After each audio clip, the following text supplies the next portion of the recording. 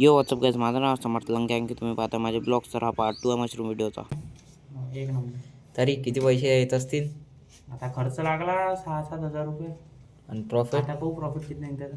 काऊन काढलेलं नाही का तू याच्या पहिले? फर्स्ट टाइम आहे, पहिलाच आहे समजा तर आपल्याला. किती महिने लागलेले?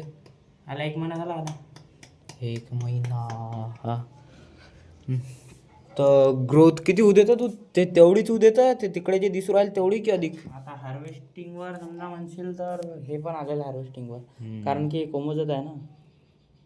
हे हार्वेस्ट करायचं आहे, तो मला हार्वेस्ट करायचा आहे. बाकी जे नॉर्मल दिसते ना लहान लहान, आणला टाईम आणखी.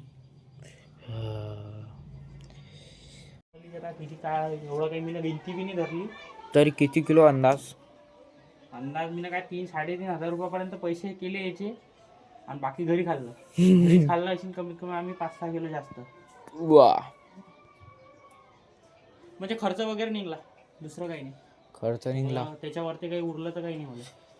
तर हे लावल्यानंतर 1 महिन्यात निघून जातात जसं 21 दिवसाची प्रोसिजर राहते. तर पण जे गव्हांड्याचं कुटार आहे ना त्याच्यात 21व्या दिवशीच प्रोसिजर दिसते. पण गव्हांड्या? सोयाबीन गव्हांडा म्हणजे गव्हाचं कुटार, गव्हाचा त्याच्यात प्रोसिजर लवकर दिसते. त्याच्यात लावले 10 बॅगा गव्हांड्याची, त्याच्यात लवकर दिसते. हे सोयाबीनच्या बॅगेला टाइम लागते. सोयाबीनच्या बॅगचं मला 25 दिवसाच्या वर. काय तेच म्हटलं ना ते ते पुरी येत नव्हता. तर आता हे वापिस यूज करू शकतो की फेक्यात जाई नाही? हे गेलं गेलं. आपण खत तयार करू शकतो, कंपोस्ट. हो ना. हे कडक झाली बाई, गेली हे कामाच्या बाई. हे जे आहे ना नरम राहते एकदम. हे जसे हे कसे नरम आहे. तर आता हे वापिस यूज करत सांगा? नाही, हे यूजच नाही होत ना वापस. वन टाइम एकदा झालं म्हणजे झालं.